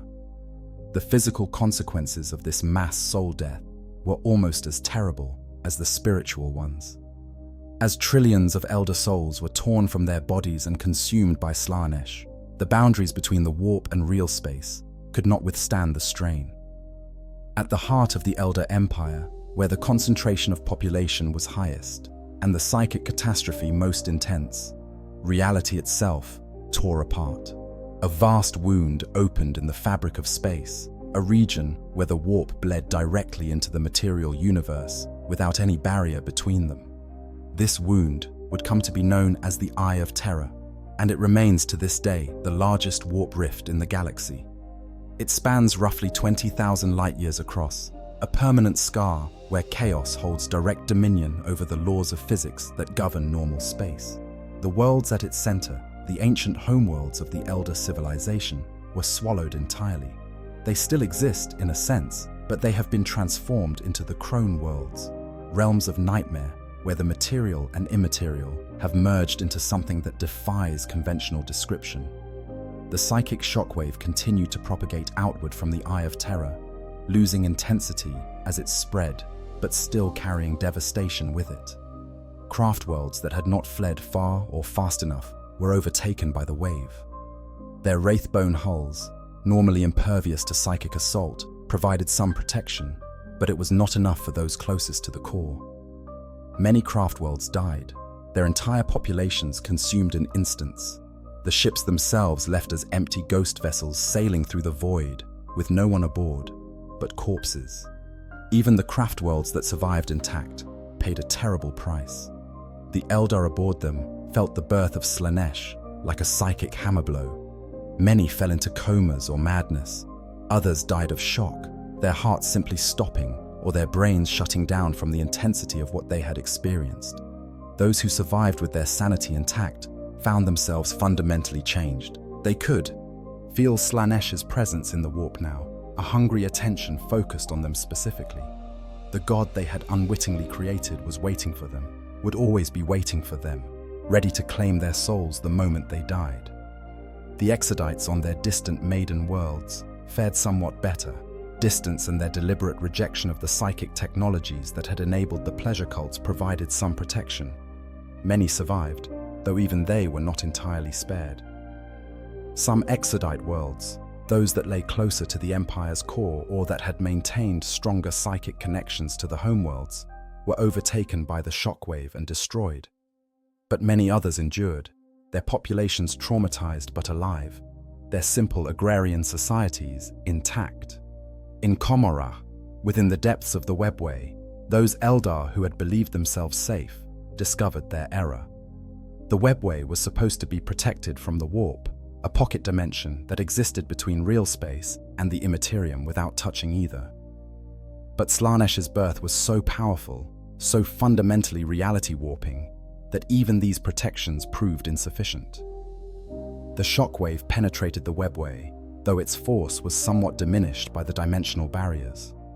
The Eldar of Komorrah survived, but they found themselves in a new and terrible situation. They could feel Slaanesh's pull on their souls, just as the Craftworld Eldar could. The god they had helped create was slowly draining them, consuming their life essence even while they still lived. Without intervention, they would eventually wither and die, their souls claimed by She Who Thirsts.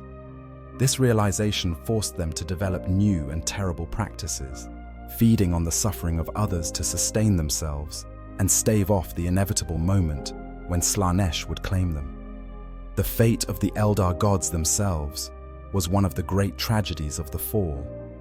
These entities, born from the collective psychic emanations of Eldar civilization millions of years earlier, had existed in the warp as distinct beings with their own personalities and powers. When Slaanesh was born, it did not simply ignore these older gods. It hunted them, seeing them as rivals and, more importantly, as food. Isha, the goddess of healing and fertility, was captured by Slaanesh and subjected to torments that would have broken any mortal mind. She was eventually rescued by Nurgle, the chaos god of plague and decay, who took her for his own questionable purposes. The other gods were less fortunate. Most were simply consumed, their essences absorbed into Slaanesh's being, adding their power to the newborn god's already immense might. Cain, the god of war and murder, managed to fight against Slaanesh for a time. According to Eldar legend, their battle shook the warp itself, two gods clashing with a fury that resonated across dimensions. But Cain was eventually defeated, his essence shattered into countless fragments that would become the avatars worshipped on the Craftworlds. Only Kegarak, the laughing god, managed to escape relatively intact. Being the god of tricksters and illusions, he was able to hide from Slaanesh, using misdirection and cunning to avoid the fate of his fellow deities. He retreated into the deepest parts of the webway, where he would remain, protecting his followers, the Harlequins, and occasionally emerging to play pranks on Slaanesh or other entities that drew his attention. The birth of Slaanesh had effects that reached far beyond the Eldar themselves.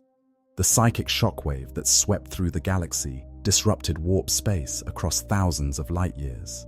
The warp storms that had isolated Terra and prevented human interstellar travel during the Age of Strife suddenly dissipated, blown away by the violence of Slaanesh's emergence.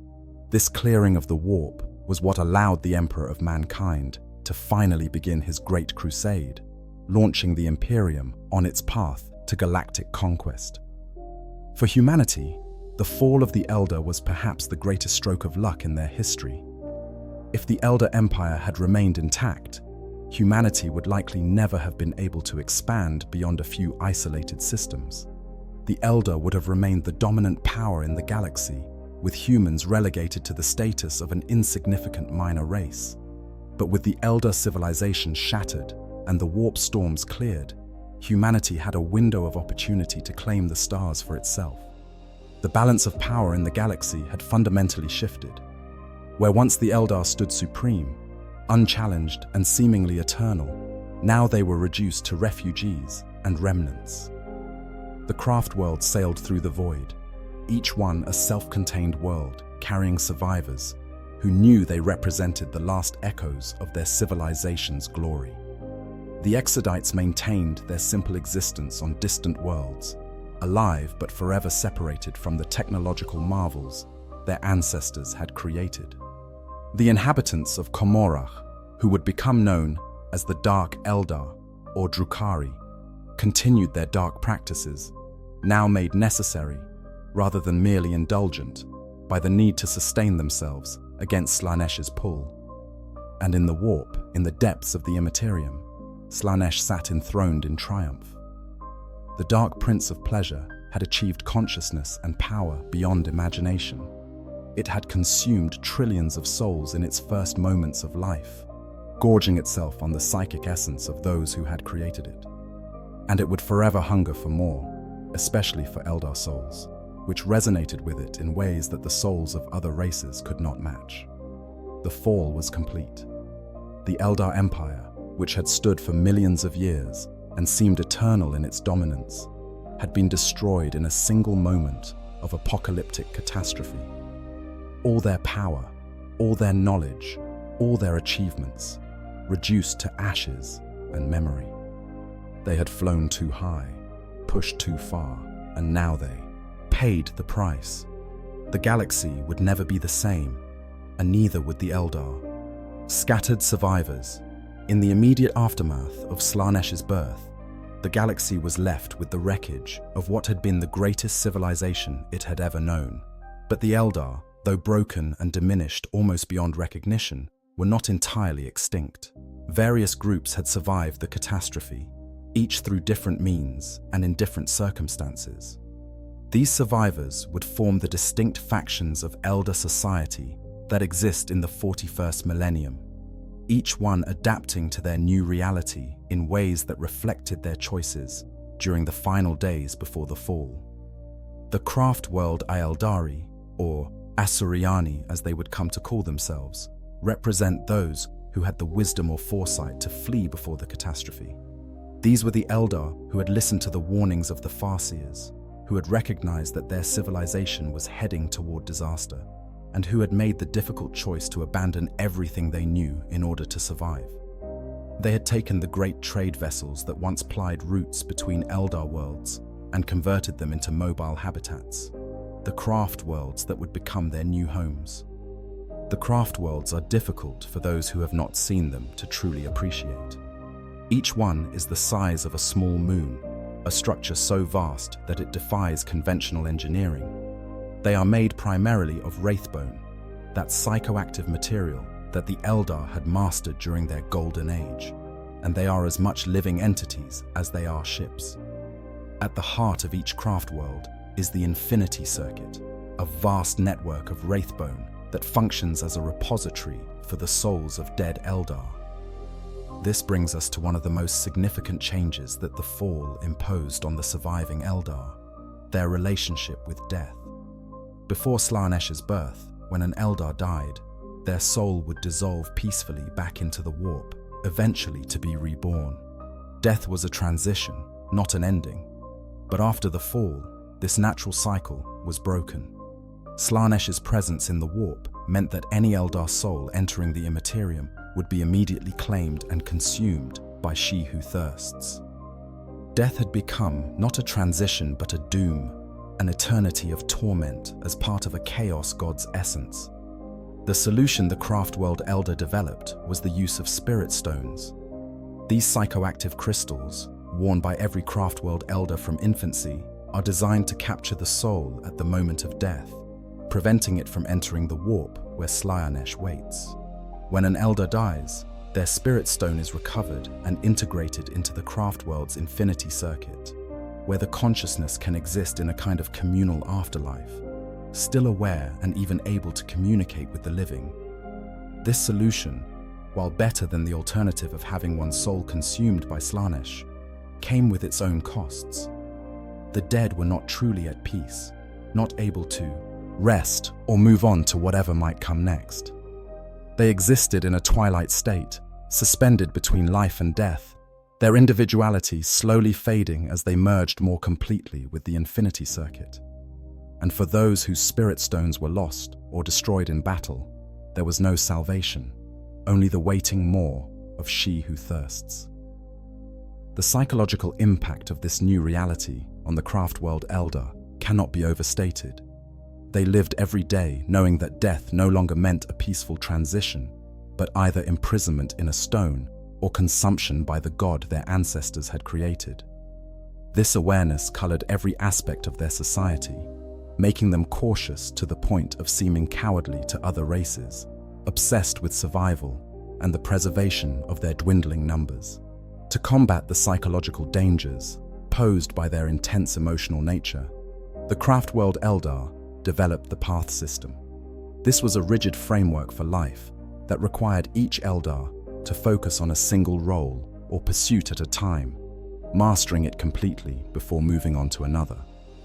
An Eldar might spend decades walking the path of the warrior, becoming a master of combat, before setting that aside to walk the path of the artisan, and then perhaps later the path of the seer. This compartmentalization of experience was designed to prevent the kind of all-consuming obsession with sensation that had destroyed their civilization. The Path System worked after a fashion. It allowed the craft-world Eldar to harness their intense nature, while maintaining the discipline necessary to avoid falling into the same traps that had doomed their ancestors. But it came at a cost. The craft-world Eldar became rigid, conservative, bound by traditions and rules that often seemed arbitrary to outsiders. They had survived by accepting limitations on themselves that their ancestors would have found intolerable. Each craft world developed its own culture and priorities, shaped by the particular Eldar who had founded it and the experiences they had survived. Ulthwé, located close to the Eye of Terror, developed a culture focused on divination and prophecy, their Farseers constantly working to predict and prevent disasters. Biel-Tan became militaristic, dedicated to the dream of one day rebuilding the Eldar Empire and viewing all other races as obstacles to be removed. Iyanden suffered a devastating encounter with a Tyranid hive fleet, losing so much of its population that it had to rely heavily on wraith constructs, artificial bodies animated by the spirits of the dead, to defend itself. The Exodites represent a very different response to the fall. These were the Eldar who had fled earliest and furthest, recognizing the corruption of their civilization long before Slaanesh's birth became imminent. They had settled on virgin worlds at the edges of the galaxy, maiden worlds that had been seeded with life by the ancient Eldar, but left largely untouched by civilization. Here, they deliberately rejected the technology and comfort that had enabled the pleasure cults to flourish. Exodite society is aggressively primitive by the standards of other Eldar factions. They live as farmers and herders, working the land with their hands, riding great reptilian beasts that serve as their primary form of transportation. They have rejected most advanced technology, keeping only what is necessary for basic defense and the maintenance of the world's spirits. Vast repositories of psychic energy stored within their planets that serve a function similar to the infinity circuits of the craft worlds. To outside observers, the Exodites often seem backwards, almost regressive. But there is wisdom in their choice.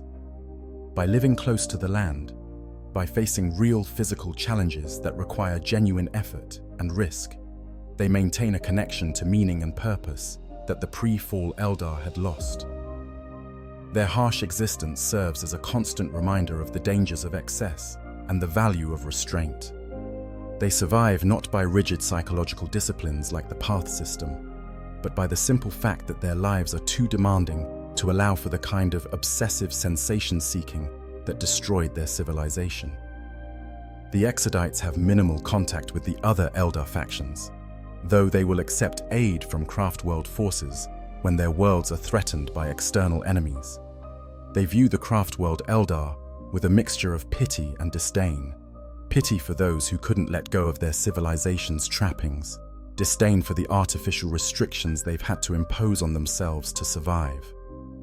From the Exodite perspective, they are the only true survivors, the only Eldar who maintained their freedom while others chose various forms of imprisonment. Then there are the Drukhari, perhaps the darkest of the Eldar factions. These are the inhabitants of Commorragh who survived the fall within the depths of the webway. Many of them were active participants in the pleasure cults, the very beings whose practices had helped birth Slaanesh in the first place. Unlike the Craftworld Eldar or the Exodites, the Drukhari have not renounced the ways that destroyed their civilization. Instead, they have doubled down on them, making their dark practices necessary for survival rather than merely indulgent. The Drukhari face the same problem as all Eldar, Slaanesh's thirst for their souls. But they lack the solution that the Craftworld Eldar developed with their spirit stones and infinity circuits. Isolated within the webway, cut off from the resources and knowledge that the Craftworlds preserved, they had to find their own way to survive. What they discovered was both elegant and horrifying. They could sustain themselves by feeding on the suffering of others. When a Drukhari tortures another sentient being, they absorb a portion of that being's pain and life essence.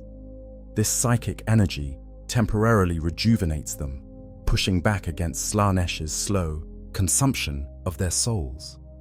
It's a temporary measure. The effect fades with time, requiring the Drukhari to constantly seek new victims. But it allows them to survive, and even to maintain a kind of immortality, as long as they can continue to inflict suffering on others. This need has made the Drukhari into the galaxy's most feared raiders.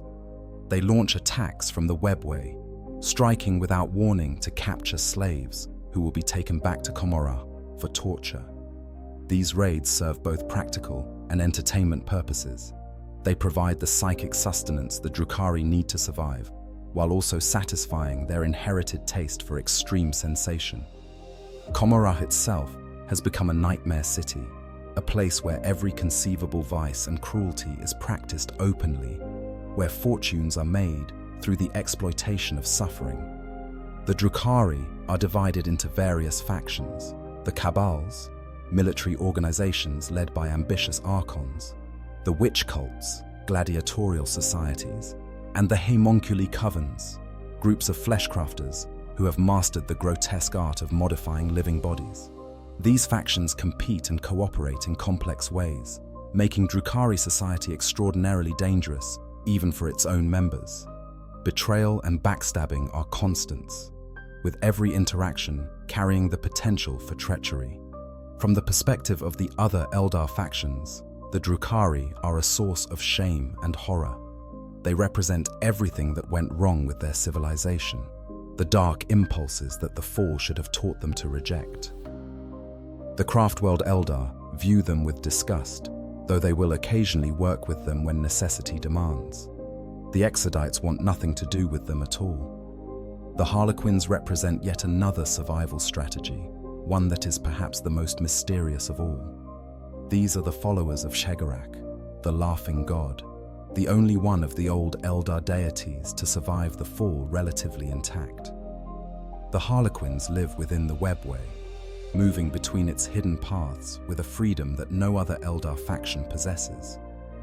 They can travel to Craftworlds, Exodite worlds, and even Commorragh, protected by Kegarak's blessing from Slaanesh's hunger. The Harlequins serve several functions within what remains of Eldar society. They are entertainers, performing elaborate dances and plays that preserve the myths and legends of Eldar civilization. They are warriors, appearing without warning to strike at the enemies of their race. And they are keepers of secrets, maintaining the Black Library, a repository of forbidden knowledge hidden deep within the webway. The Harlequins alone seem to retain some measure of the joy and lightness that characterized the Eldar before the fall, though this levity masks a serious purpose and deadly skill. All of these factions, despite their differences and often hostile relationships with one another, share certain commonalities. They are all refugees, survivors of a catastrophe that destroyed their civilization. They all live in the shadow of Slaanesh, knowing that the god they unwittingly created waits eternally hungry for their souls. They all remember, however dimly, what their empire once was and what was lost. And they all struggle, in their different ways, to ensure that what happened to their civilization never happens again. The tragedy of the modern Eldar is that they were once the most powerful race in the galaxy and are now reduced to desperate survival. Their population, which once numbered in the trillions across thousands of worlds, is now a tiny fraction of that. Every loss is felt keenly, every death a tragedy that diminishes their race further. They fight not for conquest or glory, but simply to endure, to preserve what little remains of their once great civilization. The scattered survivors of the fall would go on to play significant roles in the events of the 41st millennium, their actions shaped by the lessons and traumas of their catastrophic history. But that is a story for another time.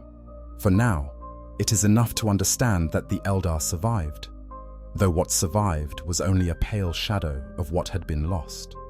Legacy and consequences. The fall of the Eldar did not merely end a civilization, it fundamentally reshaped the entire galaxy. The consequences of Slaanesh's birth and the destruction of the Eldar Empire continue to reverberate through the 41st millennium, affecting not just the surviving Eldar, but every sentient race that makes its home among the stars.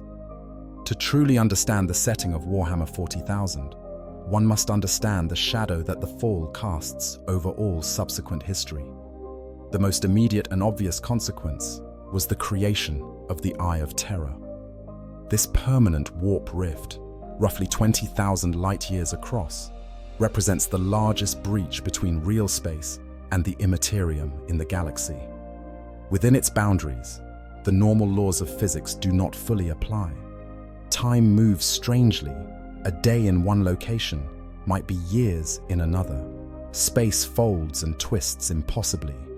The very matter of the worlds trapped within the Eye has been corrupted and transformed by exposure to raw chaos. The Eye of Terror sits at what was once the heart of the Eldar Empire, a constant reminder of what was lost and what was created.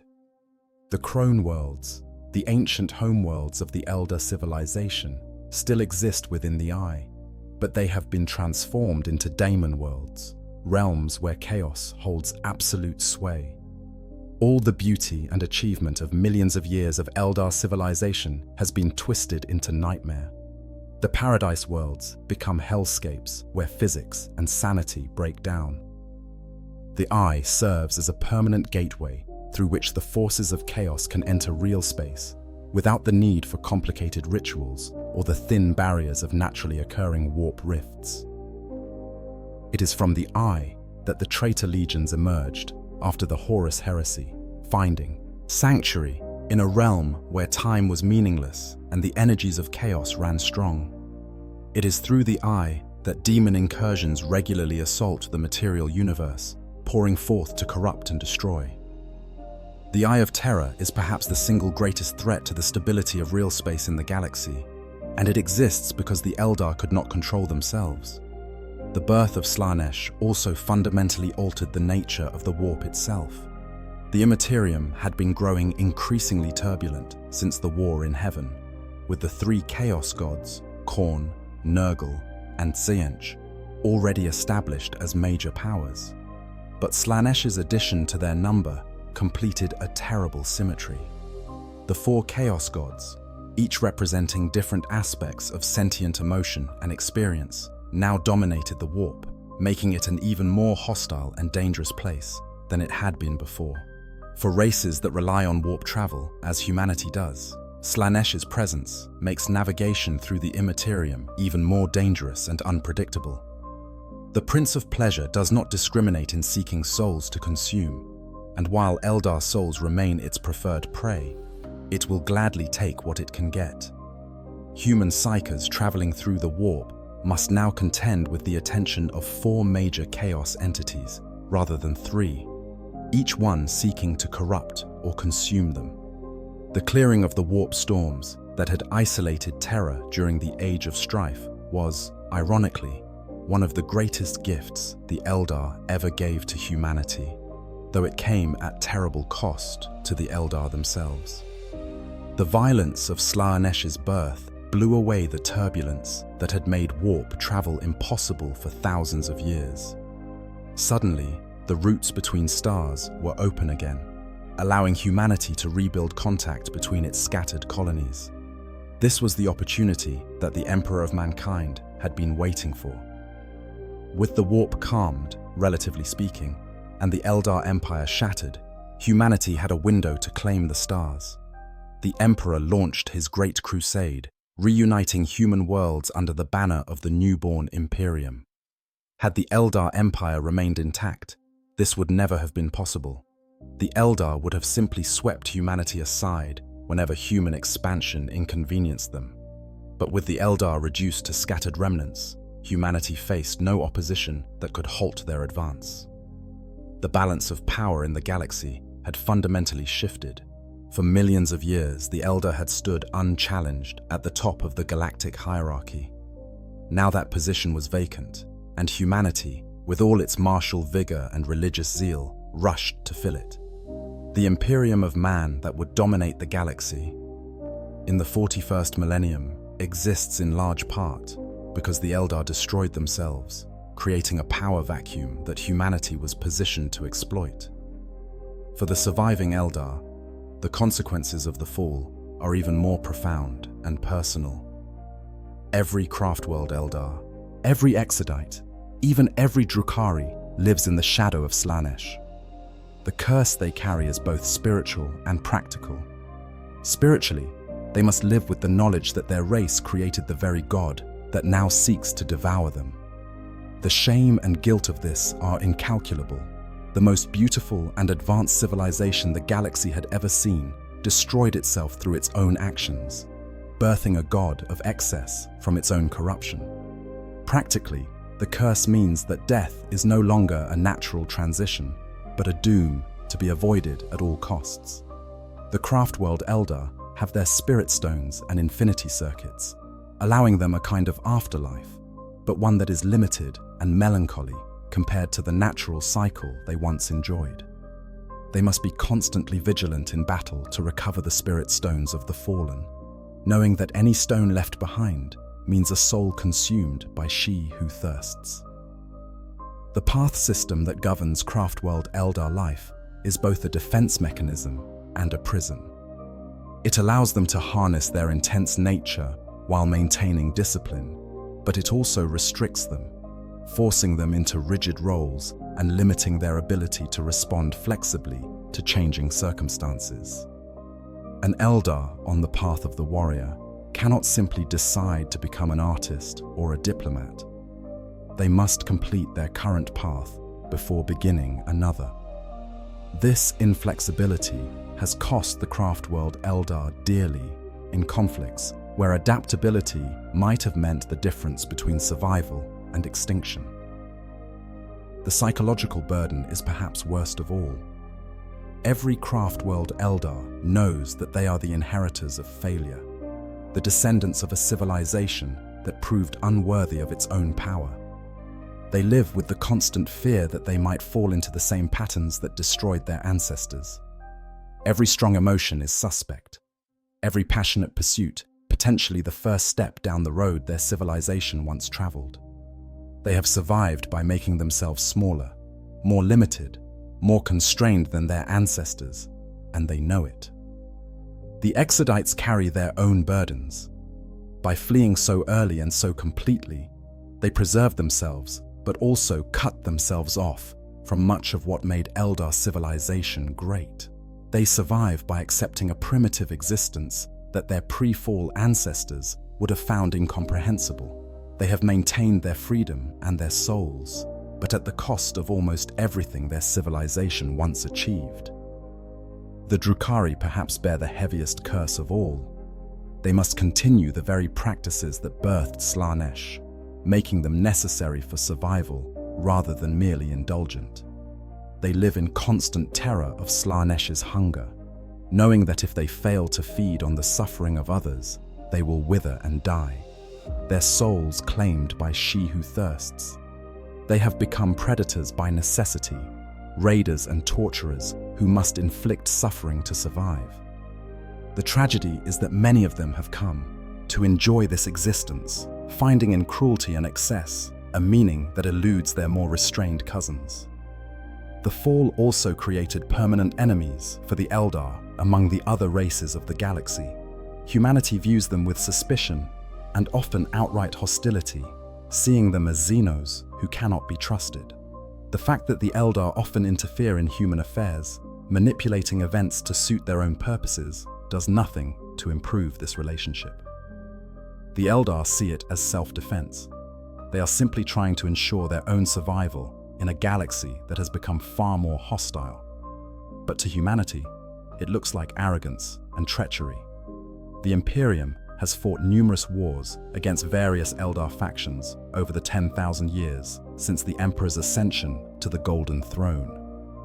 Sometimes these conflicts arise from genuine disagreement over resources or territory. Other times, they result from misunderstanding or the Imperium's general xenophobia. The tragedy is that the Eldar and humanity could potentially be allies against the threats of chaos and the Tyranids. But the gulf of mistrust between them seems impossible to bridge. The legacy of the Fall also includes the Inari, a relatively recent development in Eldar history. This faction, drawing members from all other Eldar groups, follows a new god, Inniad, the deity of death and rebirth. They believe that Inniad, when fully awakened, will be powerful enough to challenge and perhaps even destroy Slaanesh, finally freeing the Eldar from the curse they have carried for 10 millennia.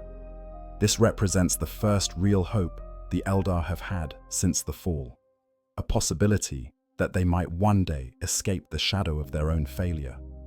But even this hope comes with dark implications. The full awakening of Inniad is said to require the death of every Eldar soul currently residing in the infinity circuits of the craft worlds, essentially the sacrifice of all the dead to create a god powerful enough to face Slaanesh. This would mean the end of any hope of bringing back those souls, the final death of billions who have existed in twilight for millennia. The choice facing the Eldar is stark: continue to survive in their diminished state, or risk everything on the hope that Inniad can succeed where all their other efforts have failed.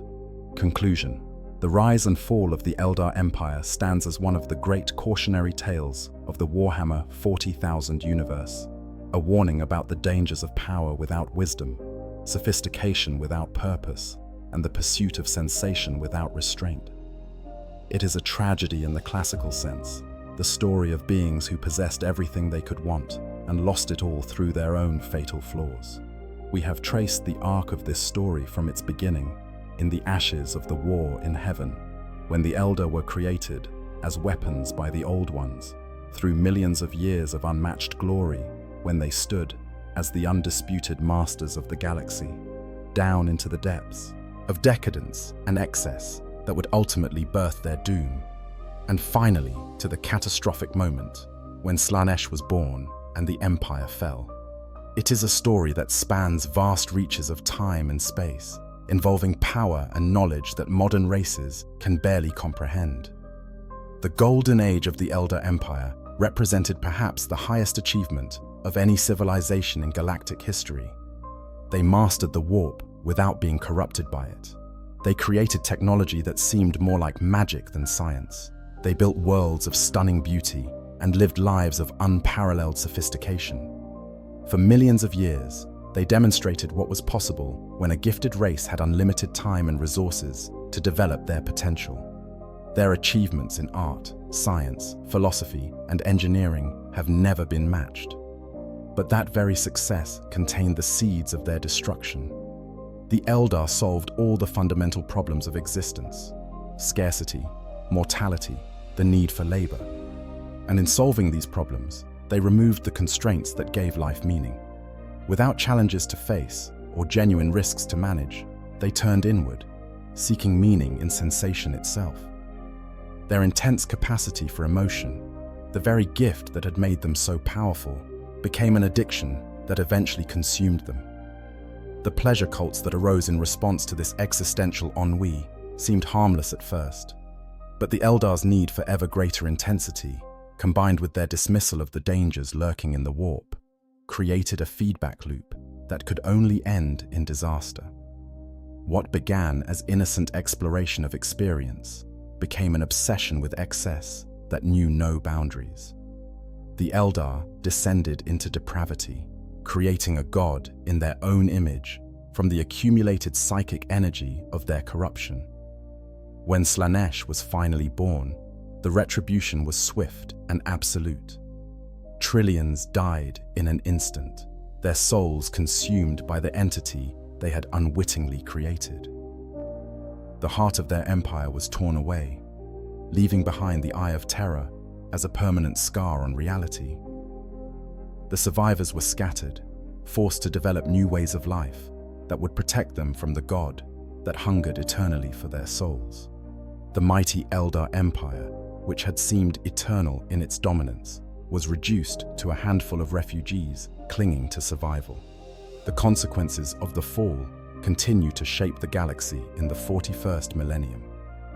The Eye of Terror remains the greatest warp rift in known space, a constant source of chaos incursions that threaten all civilized races. Slaanesh, the youngest of the 4 great chaos gods, continues to corrupt and tempt mortals of all species, though the Eldar remain its preferred prey. The clearing of the warp storms that followed Slaanesh's birth allowed humanity to rise to dominance, creating the Imperium that would go on to claim millions of worlds. And the Eldar themselves, those who survived, live forever in the shadow of their own failure. They are a diminished people, a fraction of what they once were, haunted by the knowledge that they destroyed themselves and created the very evil that now seeks to consume them. Whether they can ever escape this curse remains to be seen. The emergence of Inead and the Inari offers a glimmer of hope, but it is a hope bought at terrible cost and with no guarantee of success. The story of the Eldar Empire offers profound lessons, though whether any race in the grim darkness of the far future is capable of learning them remains uncertain. It demonstrates that even the mightiest can fall when they lose sight of restraint and responsibility. It shows that power without wisdom is not merely useless, but actively dangerous. It proves that no civilization, no matter how advanced or sophisticated, is immune to self-destruction if it abandons the values and disciplines that gave it strength. For us, looking at this story from our position in the present day, it serves as a reminder that comfort and security, while desirable, are not sufficient for meaning. That the highest achievements of civilization require more than just technological prowess or material abundance. That there are dangers in the pursuit of sensation for its own sake, disconnected from purpose or meaning. The Eldar had everything they could possibly want, and lost everything because they didn't know what to do with it. The Eldar Empire is dead, destroyed by its own excesses 10,000 years ago. But its legacy lives on in the scattered survivors who sail through the void, in the Eye of Terror that scars the galaxy, in the lessons unlearned and the warnings unheeded. In the grim darkness of the far future, where there is only war, the Eldar stand as a monument to what was lost and what must never be allowed to happen again. If you enjoyed this deep dive into one of Warhammer 40k's most tragic stories, please consider liking this video and subscribing to the channel. We have many more explorations of the lore planned, each one diving deep into the rich and complex history of the galaxy. Hit that notification bell so you don't miss any future content. And if you have suggestions for topics you'd like to see covered, leave them in the comments below. Thank you for joining me on this journey through the rise and fall of the Eldar Empire. Until next time, may your path lead you away from the darkness that consumed them.